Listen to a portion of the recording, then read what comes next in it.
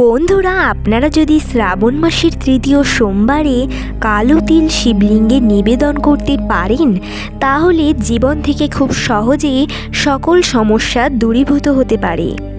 হ্যাঁ বন্ধুরা, কালো তিল শিবলিঙ্গে নিবেদনে জন্মকুণ্ডলী থেকে সাড়ে সাতি, কালসর্পদোষ, শনির ঢাইয়া ইত্যাদি দোষ দূরীভূত হয়। তাই বন্ধুরা, পারলে শ্রাবণ মাসের এই অমাবস্যা তিথিতে ভোলে বাবার উদ্দেশ্যে কালো তিল নিবেদন করবেন। বন্ধুরা, একটি ছোট পাত্রে দুধ, গঙ্গার জল এবং এর সাথে মিশিয়ে নিন কালো তিল। এরপর ওম নমঃ শিবায় এই মন্ত্র উচ্চারণ করে এটি 3 বার শিবলিঙ্গে অর্পণ করুন এবং এরই সাথে মহাদেবের কাছে নিজের মনস্কামনা ব্যক্ত করুন।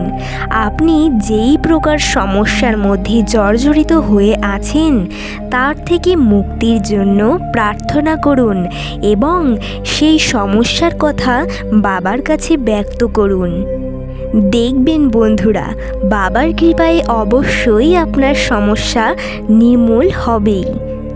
বন্ধুরা, জ্যোতিষশাস্ত্র মতে শ্রাবণের শিবব্রত পালনের সময় যদি কালো তিল নিবেদন করা হয়ে থাকে, তবে শনি, রাহু ও কেতুর অশুভ প্রভাবের অবসান হয়ে যায়। তাই বাবার পুজোর সময় অবশ্যই কালো তিল নিবেদন করুন। আর যদি দুধ না জোগাড় করতে পারেন বন্ধুরা, তাহলে শুধুমাত্র গঙ্গার জলের সাথে কালো তিল মিশিয়ে অর্পণ করবেন। সবশেষে আপনাদের বলবো বন্ধুরা, ভক্তি সহকারে ভগবান শিবকে যদি ডাকতে পারেন, তাহলে অবশ্যই বাবা আপনার জীবনে সুদিন নিয়ে আসবেই।